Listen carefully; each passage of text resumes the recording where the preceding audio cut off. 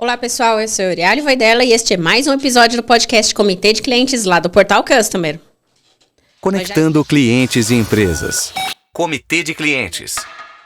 Nós já estamos aqui na 8ª temporada e muita trajetória até chegarmos até aqui. No nosso canal você pode assistir mais de 100 episódios e histórias incríveis de diversos profissionais e empresas que estão sempre em busca de aprimorar a experiência ou o sucesso do seu cliente. E também falamos de liderança, transformação digital, um pouquinho de cada coisa para você se manter informado sobre o nosso sistema.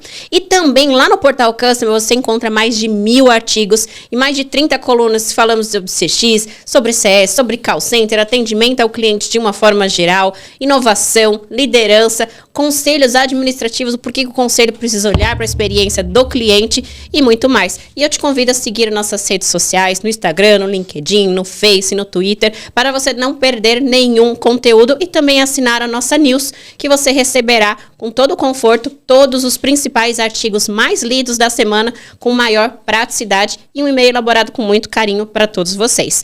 E para você conhecer um pouco mais a nossa missão de conectar pessoas, empresas e propósito, eu vou passar uma vinheta bem rápido e já voltamos por aqui.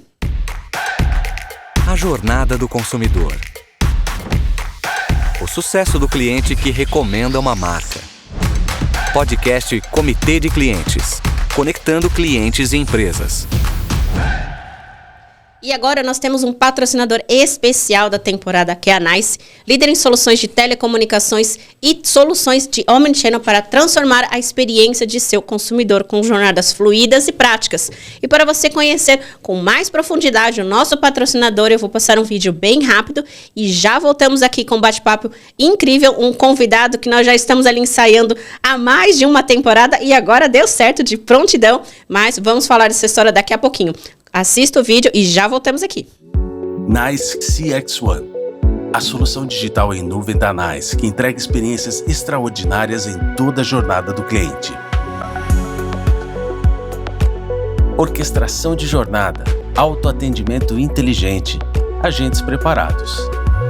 NICE CX1, uma experiência, uma jornada, uma nuvem, um passo à frente.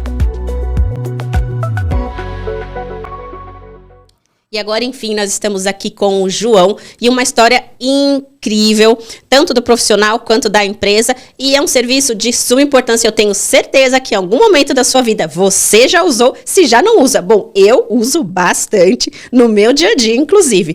Vamos agora ao nosso bate-papo. Primeiro momento, para que todo mundo te conheça, quem é o João? Conta um pouquinho da sua história. Eu que agradeço o convite. Eu sou muito empolgado, sou um usuário do Portal Customer.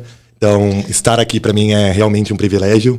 Gente, trabalho na área de CX desde sempre, desde menininho, 19 anos, eu já era coordenador de atendimento de uma startup, né, chamada B-Commerce, que depois futuramente foi comprada pelo Mercado Livre, ali na casa de 36 milhões de reais no negócio, né? A gente era uma integradora de marketplace, eu comecei no B2B, né, que a gente cuidava dos vendedores do Mercado Livre para fazer interfaces melhores, para eles venderem mais, né, vender mais nos marketplaces, não só no Mercado Livre, mas em todo o ecossistema de marketplace hoje que existe já no Brasil. E aí depois eu transitei ali pelo Mercado Livre também, como head de CX dessa unidade de negócio, passei por algumas outras e depois entrei para o mercado financeiro, sendo head de CX de uma plataforma chamada Traders Club TC, que foi a plataforma mais jovem aí a abrir IPO na bolsa, na B3, durante a pandemia. Cresceu muito durante a pandemia, justamente porque todo mundo queria aprender a investir o dinheiro, né, que tinha guardado, rescisões, FGTS, tudo aquilo que a Covid-19 acabou criando de cenário de desconforto para nós brasileiros, né. E depois passei por essa empresa do mercado financeiro e agora estou na Autopass, uma empresa de bilhetagem eletrônica e que também é um banking hoje. E a Autopass trabalha basicamente com a bilhetagem eletrônica dos metrôs, da CPTM, que é os trens aqui de São Paulo, e também dos ônibus intermunicipais, né? Então, o nosso business, core business ali, seria realmente a bilhetagem eletrônica. Então, quando o usuário embarca, tanto catraca que a gente fala, né? Tanto numa estação de trem, de metrô, tanto no ônibus intermunicipal atendido pelo TOP, né? Que é o nosso produto, necessariamente ele usa ou o cartão dele de bilhetagem ou usa o QR Code, que todo mundo já está acostumado e já diz, vou comprar meu QR Code aqui no aplicativo, enfim. Isso daí já é um costume bem grande aqui, pelo menos dos paulistas que utilizam o transporte público de São Paulo. E conta uma curiosidade, como é fazer CX Não, você não cuida só de CX, né? Não. Vamos começar por aí. Conta um pouquinho, aliás, dos seus desafios na Autopass. Tá. Euri, a Autopass, ela tá indo aí basicamente numa vertente muito boa de CX, que é necessariamente ter a área de UX dentro de CX. Né? Hoje a área de UX tem empresas de UX que tem a área de UX presas ao marketing, tem empresas que tem com a área de UX presa a produto, e hoje a gente meio que transformou e trouxe o UX também para a área de CX, né? Porque usabilidade nada mais é que você interpretar dados, criar fluxos e jornadas e trazer a melhor experiência para o seu cliente quando em contato com o seu produto digital, né? E isso foi uma transformação mesmo da própria Autopass. E para nós, querendo ou não, eu pelo menos quando eu peguei esse desafio, é um desafio de estudo mesmo, porque hoje são duas mãos, né? Ou você pensa só na receita, ou você pensa na satisfação dos seus usuários, e CX tenta fazer um pouco de tudo, porque querendo ou não, quando você tem a satisfação do seu usuário muito latente no seu negócio, você tem uma fidelização natural. Então, quando você faz CX para 11 milhões de pessoas, que é hoje a nossa base de cartão emitidos, você tem um desafio gigante, que é atender a demanda do público classe C, D e E, e também, necessariamente, fazer com que eles se digitalizem. Porque o futuro do transporte público hoje é a digitalização dos usuários. Então, quando você tem necessariamente um business que olha muito para um serviço essencial, você precisa fazer do serviço essencial o seu DNA, fazer um pouco melhor. Sempre, todo dia, fazer algo diferente. Senão, necessariamente, você tem problemas ali de imagem, de brand, de vínculo a necessariamente o governo, que a gente não quer ter. A gente quer ter realmente a satisfação do nosso usuário. Então, no dia a dia, é uma transformação de ouvi-los através de todas as pesquisas de persona, pesquisa de NPS, tudo aquilo que a gente já tem no nosso ecossistema, e trazer isso para usabilidade, como eu disse, a área de UX está com a gente ali em CX, e necessariamente traduzir isso num roadmap super positivo para novas features, novas propostas que o nosso aplicativo e o nosso produto queira trazer. Perfeito. E hoje o nosso público do portal, o público ouvinte, ele é um mix de pessoas que estão ingressando na área, ele é um mix de profissionais que já estão na área e querem novos insights. Para o João, para contextualizarmos esse profissional, o que é o CX e o que é o UX, né? O famoso UX, né? A sopa de letrinha ali, CX e o X. O que é cada uma dessas letrinhas para o João? Eu vou traduzir do jeito que eu estruturo, e já estruturei equipes de CX, né? E necessariamente agora com o UX. A gente tem a estratégia de CX. A estratégia nada mais é que você fazer uma análise de toda a jornada do seu usuário, desde a hora que ele é impactado pelo seu produto, em marketing, na mídia, e necessariamente ele se converte num usuário mesmo, né? E ali você fazer um mapeamento de toda essa jornada, desenhar essa jornada, encontrar os pontos de fricção, trazer esses pontos de fricção com soluções para eles. Necessariamente não é só desenhar, eu sempre digo isso, né? O desenho por desenho a gente faz. O que a gente precisa mesmo é trazer a solução. Então, quando a gente desenha os pontinhos vermelhos dentro de uma jornada de estratégia, a gente necessariamente está pensando para o melhor caminho para aquela jornada. Depois disso, você tem que entender também problemas que a sua companhia tem, bugs que ela tem necessariamente de um produto digital que você precisa solucionar, qual é a percepção daqueles usuários, fazendo pesquisa e pensando necessariamente um pouco mais fora do ar-condicionado que normalmente a gente pensa no dia a dia. E a estratégia de CX, na ponta final ali, é ouvir o cliente através do atendimento. O atendimento traz insumos importantes como quais são as dúvidas gerais que eles estão tendo, quais que são necessariamente as dores que eles têm para buscar um atendimento, porque hoje em dia ninguém quer ser atendido, a gente quer se auto-atender. Essa é uma transformação natural da área de CX. E por último, não menos importante, incubar tudo isso em iniciativas que você traga para dentro da sua companhia ideias para melhoria da vida dele. Quando você olha para o UX, é você pegar todas essas ideias e traduzir isso e tangibilizar isso em formato de flows e telas. Então, necessariamente, criar protótipos para que aquela interação dele com o seu produto digital, com o seu site, com aquilo que ele está tocando, pelo menos para fazer a jornada dele de compra, de aquisição, de cancelamento, tudo isso seja fluido. E ser fluido é traduzir o desenho em uma jornada com um protótipo, com uma usabilidade bem tranquila para o usuário passar por esse desafio. E a gente fala, né, que no final respondeu o CS, né, o Customer Effort Score, de uma forma positiva de, foi muito fácil eu realizar meu objetivo através da sua aplicação, do seu produto digital. E hoje, qual é o desafio de você estar na mesma cadeira respondendo por dois pilares tão importantes dentro da companhia? Como é que é essa viradinha de chave o dia inteiro? Não é fácil. Assim, até quando você olha para as metas que a gente tem em CX hoje, são metas que também misturam os dois lados, né? A gente tem metas que vinculam a nossa atividade a uma satisfação da jornada do usuário. Então, a gente tem metas relacionadas ao próprio NPS, a gente tem metas relacionadas à própria satisfação, a gente tem processos de cliente oculto, que nada mais é que um CX na veia, que é você mandar alguém que está ali com um nível de exigência no alto para fazer um cliente oculto numa aquisição de um cartão de transporte dentro de uma loja, por exemplo. E aí, no dia a dia mesmo, pegar esses insumos e traduzi-los em UX é uma virada de chave que... O que eu preciso hoje? Eu preciso necessariamente transformar esse cliente, quando ele é detrator, em um neutro, ou necessariamente está tendo uma jornada friccionada, em um promotor. Então a gente olha para aquela jornada dele, para aqueles insights que eles dão para a gente, num funil até de fluxo. Então, quando você faz testes de usabilidade, você consegue ver onde o usuário não está se entendendo, aonde ele está parando, aonde ele está se perdendo, e aí você começa a traduzir isso em realmente melhorias para os seus protótipos, e depois esses protótipos vão para o ar. Quando eu viro a chave para o UX, eu tenho que pensar produto digital, tela, fluxo, botão, cor, dimensão, e aí é uma discussão perene com a minha equipe de UX. Quando eu falo muito sobre CX, a gente fala muito sobre experiência física e digital, mas com a sensação que o cliente tem em contato até com pessoas, enquanto o UX às vezes fica muito mais preso ao contato com o produto digital.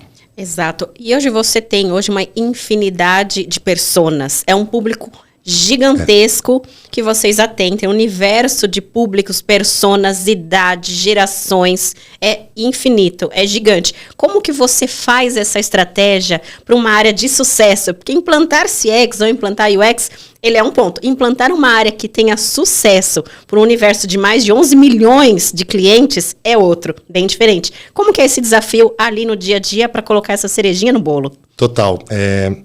Quando você olha para um público muito grande, você tem que dimensioná-lo e depois segregá-lo, né? A gente tem todo tipo de cliente. Vamos pensar que a gente tem um cliente que a gente chama de um escolar, que é um cliente que necessariamente ele está usando o transporte público para se locomover para a sua faculdade, para a sua escola. A gente tem um tipo de cliente chamado sênior, que é o cliente que já tem uma gratuidade e já tem questões de digitalização um pouco mais distante do dia a dia dele. Então, é um público também muito diferente. A gente tem clientes que recebem vale transporte através do nosso cartão, que é outro público também, que necessariamente catraca, vai para casa e vai trabalhar todos os dias. Então, segregando, a gente começa a criar a imagem deles para nós.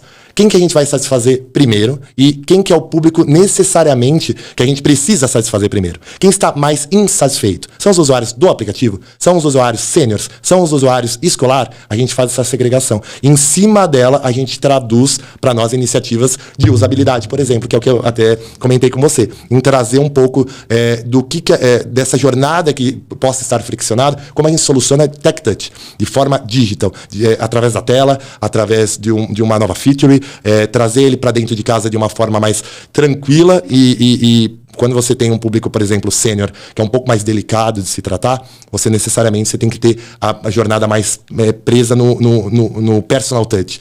É o cara que gosta de se locomover para o lugar, é o cara que gosta do telefone. Aí quando você tem um público escolar, esse cara aqui já é um pouquinho diferente. Vamos adaptar um pouco essa persona aqui para o digital, para um chat, para um chatbot, para um atendimento que ele não precise necessariamente se locomover, porque ele está acostumado com o dia a dia. Então, eu dei o exemplo de dois extremos, mas são dois extremos importantes, porque você tem que trabalhar, dimensionar o seu público e depois segregá-los, porque o que eu fizer para o escolar necessariamente não vai atingir o sênior, e o que eu fizer para o sênior às vezes não pega no usuário de escolar, por exemplo, com dois extremos. E equilibrar esses pratinhos é fundamental, porque ele vai usar o aplicativo e ele vai usar o mesmo serviço ali no final. E essa estratégia, ela é muito importante.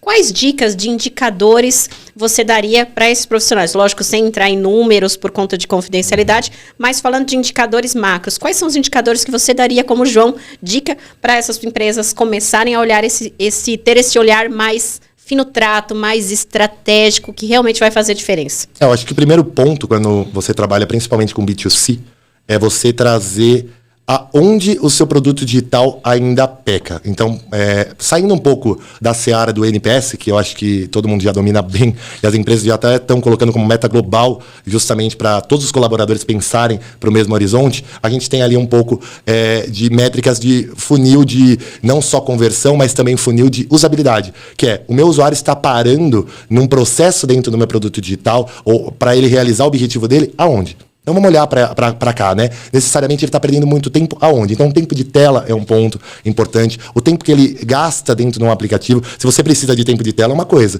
Se você não precisa e você quer que ele complete o objetivo dele o mais rápido possível, é outro. Então, olhando para o UX, eu olho muito para essa questão da usabilidade relacionada ao tempos e movimentos do usuário com o produto digital. Quando você olha para o final...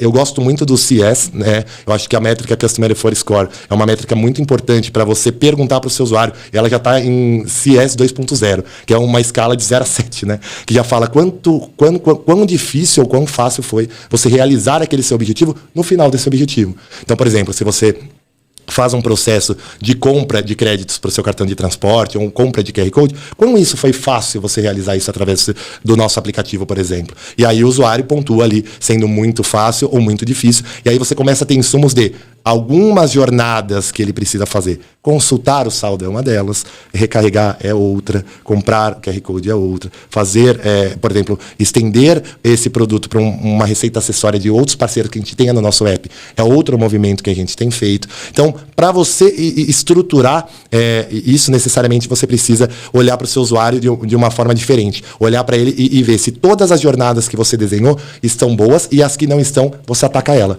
Então, o CIES é uma métrica que vai trazer mais ou menos pontualmente cada uma delas. De recarga, de consulta, de saldo, de utilização de um parceiro que a gente tenha e etc. E aí eu vou pontuando, né? Vou fazendo uma tabela de, opa, aqui está muito fácil o usuário. Isso aqui é um ponto promotor que eu tenho até, porque está muito fácil ele realizar o objetivo.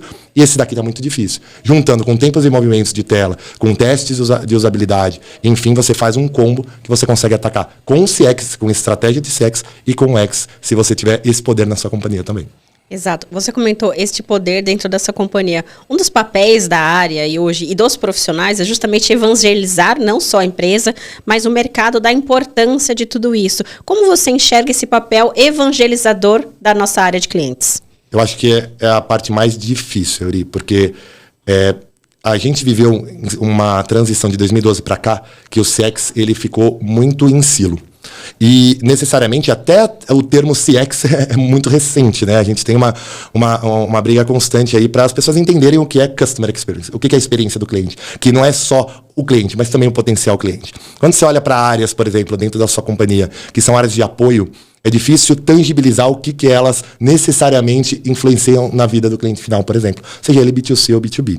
E aí você tem uma evangelização de trazer que a satisfação da ponta ela é uma cascata, é um efeito dominó, que até a sua área jurídica, de compras, financeira, influencia diretamente com áreas que trabalham diretamente com o cliente. Então, uma compra mais rápida de um software que você precisa para fazer uma medição influenciou diretamente na vida do cliente final. Então, é uma evangelização que as companhias têm passado, ela é dolorosa porque normalmente todo mundo coloca as costas na parede e diz, opa, a satisfação não é comigo, é com o time de atendimento ao cliente. Satisfação não é comigo, é com estratégia de CX. Satisfação não é comigo, é com outra área. Mas quando você põe na ponta do lápis, até se você quiser desenhar isso, você consegue trazer para a sua companhia o quanto qualquer uma das áreas influencia diretamente na experiência. Vou dar um exemplo pequeno aqui. Se você tem um termo que você precisa que seu usuário aceite, e ele é um termo completamente extenso, mas que pode pôr o seu usuário em risco em algum momento, a sua área jurídica tem que conversar com a área de CX, para ver quais são os riscos que esse termo está colocando na mão do usuário, e necessariamente quais são o que a gente dá, o que a gente pode tirar, o que a gente pode colocar para o usuário ler melhor e passar por essa etapa de validação de termos mais rápido. Então, por exemplo, isso é uma estratégia interessante. E o resumo da ópera as áreas que normalmente dizem que não influenciam a experiência diretamente, elas são áreas que elas precisam entender. Então, parte de CX, desenhar e trazer esse efeito dominó para elas entenderem. Opa, até aqui eu influencio uma área que necessariamente está lidando com o meu cliente final. É como eu disse, seja ele B2C ou B2B. Exatamente, né? Eu me deparei um questionamento recente de uma área financeira, mas eu não converso com o cliente, eu não tenho nenhum impacto, né, com o cliente. Eu falei, vamos olhar de fato se isto é verdade ou não, né? Quem cuida da emissão de boletos e recebíveis aqui da empresa e target de reembolso dos clientes? Né? Ah, não, tudo isso é o financeiro quem cuida, mas nós não conversamos com o cliente. Eu falei, se seu sistema parar, se o seu sistema tiver pontos de atrito, você impacta, sim, brutalmente na vida do cliente. Total. E em pontos financeiros que são extremamente sensíveis para o consumidor hoje. Então, a sua área, apesar de não ter um diálogo diário com o cliente, ela é uma área de background que impacta diretamente na experiência do cliente, sim. E por isso a importância de você estar aqui envolvido. Aliás, todas as áreas deveriam envolver nos comitês de clientes, nos fóruns internos de clientes, porque tem um impacto direto. E eu digo que 100% das áreas, 100% das áreas. Até o RH, sim. O RH treina os colaboradores, o RH contrata colaboradores aptos para aquela atividade, que vão estar engajados. E colaborador insatisfeito não cuida de clientes para ficar satisfeito. Então, todas as áreas têm um impacto. Seja direto, seja indireto no background, mas ele tem experiência, ele tem impacto na experiência do consumidor.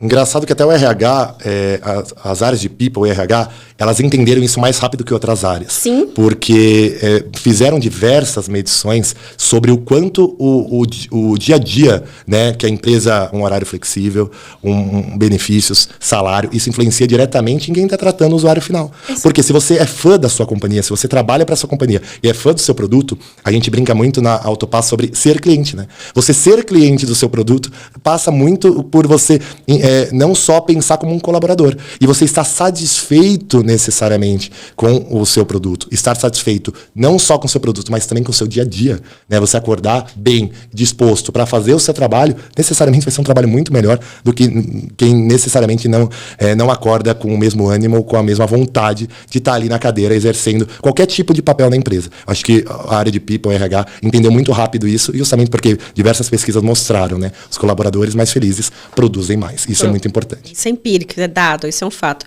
E hoje, falando de mercado, falando de pessoas, né? Já puxando o gancho, como que você entende a maturidade do mercado brasileiro? Né? Tanto de usabilidade quanto de experiência. Como você enxerga esse target hoje? Eu acho que a gente é um bebê ainda. Né? A gente, pelo menos no Brasil, a experiência do cliente começou agora a esquentar. Então, eu acredito que as empresas que pensaram antes, normalmente eram empresas norte-americanas, empresas internacionais, que já vieram com uma pegada um pouquinho mais, com um sarrafo mais alto para uma experiência digital, uma experiência física numa loja, enquanto as empresas brasileiras mesmo, o cenário BR, né, que a gente fala, é um cenário que ainda está muito engatinhando. As coisas ainda estão se montando, é como uma peça, um apanhado de Lego, né? As coisas ainda estão se montando. Vou dar um exemplo, que é o que eu dei aqui no início do nosso bate-papo. A área de UX, por exemplo, onde ela fica? Fica em produtos? Fica em marketing, fica em CX, né? Aonde que a gente vai encaixar? Qual que é a meta principal de CX? É só o NPS? Se eu olhar só para o NPS, é importante, as empresas de capital aberto hoje, elas dizem o NPS publicamente, né? Justamente para mostrar que existe uma fidelização em relação àqueles usuários que estão usando aquele produto. Então, em relação a métricas, em relação a áreas, em relação à expertise dos nossos profissionais, não existe ainda, é muito plurificado o cursos de CX, né? A gente tem em marketing de relacionamento, CX. A gente tem em produto, UX, CX. A gente tem atendimento ao cliente, fluxo de helpdesk e service desk, CX. Então a nossa área ainda está encaixando as pecinhas no Lego. E aí eu acho que nos próximos anos, ainda mais com o advento aí da inteligência artificial, que é mais uma pecinha do Lego que a gente vai ter que encaixar dentro desse nosso brinquedo chamado CX, necessariamente a maturidade vai vir meio a forceps. Mas olhando para um cenário internacional, a gente é bebê, olhando para o nosso próprio cenário, se comparando nós com nós mesmos, nós estamos caminhando bem. E olhando para a usabilidade, né? O que você enxerga hoje de usabilidade de tendências para o Brasil? Eu acho que a área de UX, ela foi uma transformação de pessoas que eram designers, formados designers, que buscaram essa área justamente por entender que o design em si, ele está ficando mais nichado, né? Em algumas áreas como marketing, né? Está muito preso a agências, etc. E aí, para ir para o produto digital, houve essa migração. Quando você olha para o UX, existe uma tendência muito grande em criar aplicativos à torta direito para fazer tudo, só que as pessoas esquecem que aplicativo agora virou commodity, né? todo mundo tem aplicativo para tudo. Desde você tem um aplicativo para suas notícias, você tem aplicativo para o seu banco, você tem aplicativo para, para fazer frequentar redes sociais, você tem aplicativo para tudo. Quando você tem para tudo, você tem que se diferenciar por alguma coisa. Hoje, os bankings, né? Não vou falar nome de A ou B, mas os bankings se diferenciam pela usabilidade. O melhor banking, internet banking hoje, não é mais os antigões que a gente tinha como força do nosso país até, né? Empresas gigantes com um capital aberto na bolsa e que faturam bilhões, necessariamente estão passando um suor para quem tem um aplicativo muito mais fluido, para quem tem um aplicativo muito mais usual, para quem tem um aplicativo mais rápido, um aplicativo com melhor jornada para você fazer um Pix, melhor jornada para você receber o seu salário, melhor jornada para você contratar um plano de milhas usando seu cartão de crédito, você recebe em casa, você não precisa ir mais na agência. Essa transformação trouxe o X para vamos chamar assim, para o cume, né? Para o cume da montanha. E aí todo mundo olha agora a usabilidade sendo o diferencial dos apps, olhando para o nichar aqui em app. O diferencial dos apps hoje é a usabilidade. O quanto você utiliza um produto digital, um aplicativo, de uma forma mais fácil que você utiliza outro que faz a mesma coisa na teoria. Hoje o consumidor ele tem uma disputa de atenção muito grande, porque é impossível baixarmos no celular todos os aplicativos tudo que a gente convive no dia a dia, né? A sorveteria que meu filho compra tem aplicativo agora. Então, se a gente for baixar o aplicativo da sorveteria, do shopping, do convênio médico, do banco, do portal de notícias, é muito aplicativo. E a gente não tem tempo para ficar usando tudo isso, né? Fora os aplicativos de vídeo, de texto, é uma infinidade de coisas. E como a experiência do cliente ligada à usabilidade, ligada a uma estratégia de UX satisfatória, conquista a atenção do consumidor hoje. Pergunta excelente. Eu brinco muito que excesso de push notification desgasta, né? Você entender o comportamento de consumo e o comportamento de interação do seu usuário com o seu aplicativo é mais importante do que você mandar push notification às 8 da manhã e às 8 da noite, todos os dias, falando que seu aplicativo é melhor. Existem marcas hoje, sem citar nomes também, que sabem exatamente a hora que você pede seu delivery. Ela manda um cupom para você exatamente na hora que você tá acostumado. Essa briga por atenção, ela é muito... Às vezes, você não entrar nessa briga é melhor. Às vezes você avaliar aonde você vai ser mais cirúrgico dentro do comportamento do seu usuário. Hoje os aplicativos são todos tagueados. Tudo que você faz num app, a própria empresa sabe. Então ela sabe a hora que você abre, a hora que você fecha, a hora que você clica no botão A ou clica no botão B. Isso é normal. Isso está nos termos e condições quando você aceita os apps. E esse comportamento ele tem que ser muito mais tratado internamente pela empresa e não entrar nesse tipo de disputa de outros apps e trabalhar em cima daquele usuário. É aquela questão de individualizar o seu cliente. Eu acho que é muito importante. De falar, para esse cara eu vou mandar um push notification em tal horário, eu vou mandar um e-mail em tal horário, para ele voltar para o meu app. Opa, ele não loga há 5 dias? Vamos tentar entender o porquê? Vamos mandar uma pesquisa ao invés de falar para ele logar? O porquê que ele está 5 dias sem logar no meu app? Se é um app, por exemplo, no nosso caso, essencial, né? De serviço essencial. Então, eu acho que explorar o comportamento individualizado e não entrar na disputa dos push notification, eu acho que é o primeiro caminho. E depois, cada empresa vai ter sua estratégia em cima dos dados. Eu acho que pouquíssimas empresas hoje conseguem trabalhar os dados de uma forma correta. O comportamento do seu usuário, as interações que ele tem no seu app de forma correta.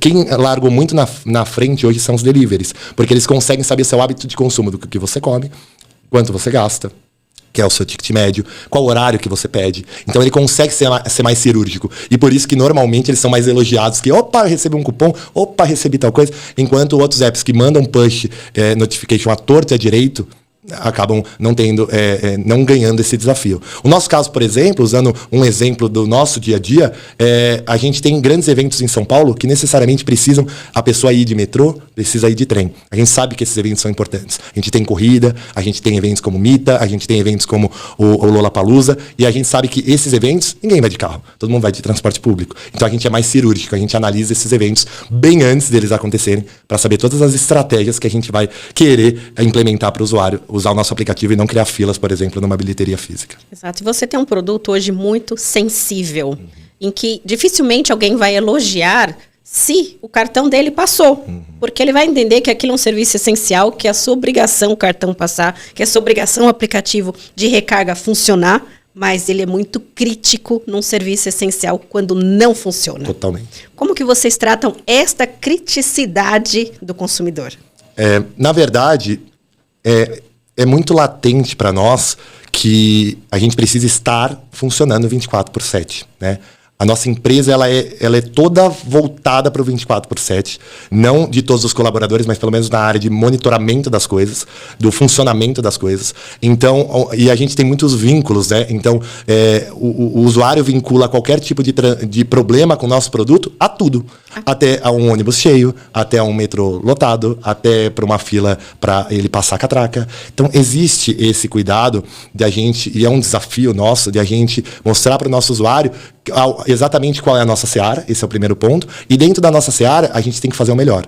Porque as partes que a gente não tem controle necessariamente influenciam negativamente o nosso produto. Mas a gente tem muito a construir ainda de ideias na cabeça dos usuários do transporte público, exatamente o que é bilhetagem eletrônica. A gente é um banco também, a gente é um banking também, o que é banking, para a parte de banking, e o que necessariamente é um problema do dia a dia. Para nós, obviamente, a dor de um problema generalizado da nossa operação é uma dor que ela estende ao nosso business. Ela realmente ela transborda no dia a dia de pessoas que precisam se locomover. Então, o nosso cuidado parte muito mais, não só de olhar a jornada e a experiência desse usuário, mas de fazer o básico e o básico bem feito. Isso é fundamental, né? Você ter essa constância, porque é um serviço que o consumidor, ele existencialmente confia e muito, Sim. que ele vai sair de casa, ele vai para o trabalho numa jornada tranquila, ele vai conseguir recarregar, ele vai conseguir fazer a compra ali de uma forma tranquila, vou aqui pegar meu QR Code, vou pagar agora, e quando não funciona, tem essa ruptura. E hoje o consumidor, ele é muito digital. Conta um pouquinho dessa virada da saída ali, daquele bilhete de papel, que a gente estava falando, né? Algumas estações ali você tem o listinho de descarte, isso não vai existir daqui a pouco. Vamos ser todos digital. Como que é essa virada de chave para todos esses setores, né? Como você comentou, alguns públicos C, D e E, como é que é a digitalização nesse quadrante? Celular, Euri, virou realmente algo que todo mundo tem. Todo né? mundo tem. A gente sai sem roupa, mas não sai sem celular. Isso é básico. A gente percebeu isso, nós, a Autopass, percebemos isso muito rápido.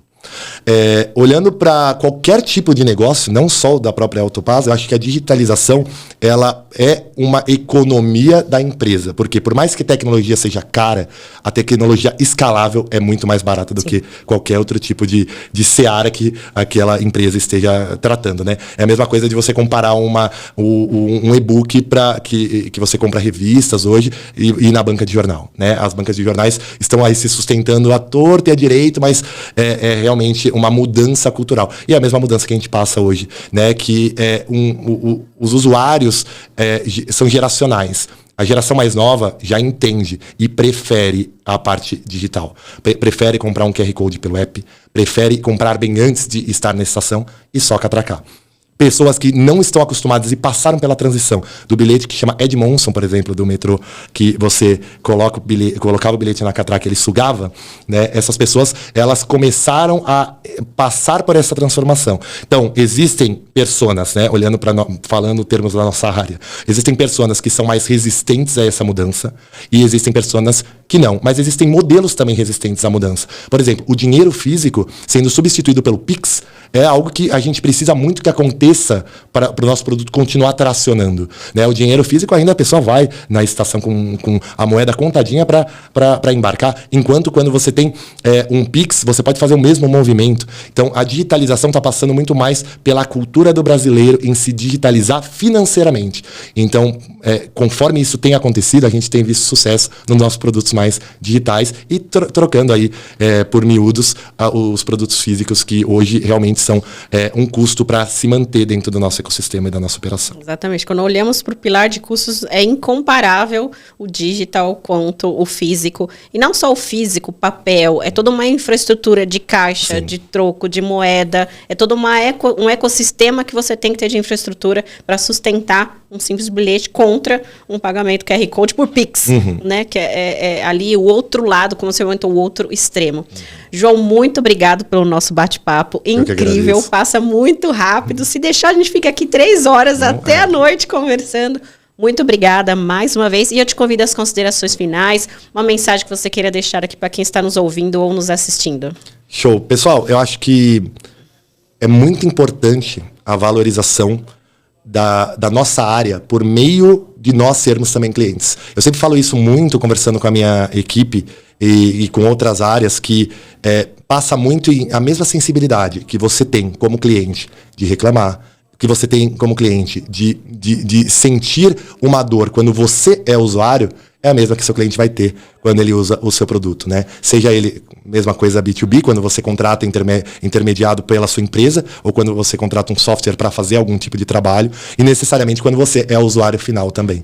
Eu gosto muito de dizer que os clientes, eles só são clientes, eles só existem porque as empresas existem. Mas, se a sua empresa não existir, alguma vai fazer melhor, ou vai fazer de uma forma muito diferente, e talvez você perca espaço nessa concorrência que é a experiência como algo positivo. Acho que tem sido muito difícil a gente, como cliente do lado de cá, como consumidor, a gente transpor as nossas dores também para dentro de casa. E é o que eu sempre falo em qualquer empresa que eu passe. Decidir no ar-condicionado é muito mais difícil. Então, sejam clientes das suas empresas e necessariamente tragam as dores que você sente para dentro de casa, que pode ter certeza, você melhorando a sua vida, você melhora a vida de toda a sua clientela, de todo o seu ecossistema.